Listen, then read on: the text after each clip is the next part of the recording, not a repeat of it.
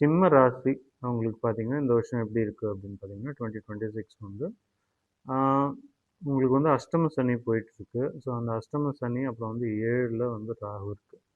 ஓகேங்களா? இந்த திருமண வயசுல இருக்கிறவங்களுக்கு திருமணம் ஆக ஆக ஆகிட்டுருக்கு இல்லையா? திருமணம் ஆனவங்களுக்கு ஒரு கொஞ்சம் டஃப்பான இயரா இருக்கிறதுக்கான சான்சஸ் இருக்கு.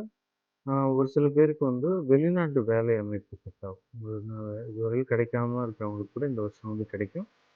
அந்த மாரி கிடைச்சதுன்னா எடுத்துக்கோங்க. நல்ல பாசிட்டிவான சேஞ்சஸ் இருக்கும். ஒரு சில பேருக்கு வந்து மே மந்த்துக்கு அப்புறம் பார்த்தீங்கன்னா, மே மந்த்துக்கு அப்புறம் ஒரு சில பேருக்கு மே மந்த்துக்கு முன்னாடி பார்த்தீங்கன்னா, அவங்களுக்கு வந்து லவ் பிரேக்கப் அந்த மாதிரியான ஒரு சில பேருக்கு லவ் செட் ஆகும். செட் ஆனதுக்கப்புறம் பிரேக்கப் ஆகும். இது மாரி மாறி மாறி நடந்துட்டே இருக்கும். இந்த வருஷம் ஒரு மாரி மிக்ஸ்டான ஒரு அ இதுவா தான் இருக்கும். ஒரு ரியாக்ஷனா தான் இருக்கும் இந்த வருஷம் உங்களுக்கு. ஆம், உங்களோட 2ஆம் இடத்த சனி பார்க்குறார். ஸோ, அதனால உங்களோட வார்த்தைகள்ல கொஞ்சம் ஜாக்கிரதையா இருக்கணும். யார்ட்ட பேசணும், என்ன பேசணுங்கிறதெல்லாம் வந்து ரொம்ப கேர்ஃபுல்லா பார்த்து பேசணும். உங்களோட வாய புடுங்கி உங்கள்ட்டயே வந்து ஆப்போசிட் போயிடுவாங்க. ஸோ, அந்த மாதிரியான விஷயங்கள்லாம் வந்து இந்த வருஷம் இருக்கும். பர்ட்டிகுலர்லி யங்ஸ்டர்ஸ்க்கு வந்து ரொம்ப கேர்ஃபுல்லா இருக்கிறதுக்கு ரொம்ப அவசியம். சரிங்களா? மத்தபடி உங்களுக்கு வந்து இந்த வருஷம் வந்து ஒரு மிக்ஸ்டு தான் இருக்கும்.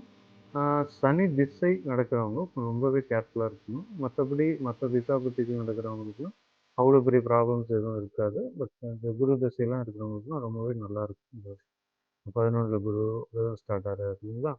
அந்த மாரி இருக்கும்போது நல்லாயிருக்கும். சில பேருக்கு வந்து வீடு வாசல்லாம் அமையும். இதுவரை வீடு கட்டாம இருக்கவங்கலாம் வீடுலாம் கட்டுவீங்க. அதே மாரி சில பேருக்கு கல்யாணம் ஆகி குழந்தைலாம் இருக்கிறவங்க, குழந்தைகள் மூலியமா செலவுகள் எதுவுமே இருக்காது.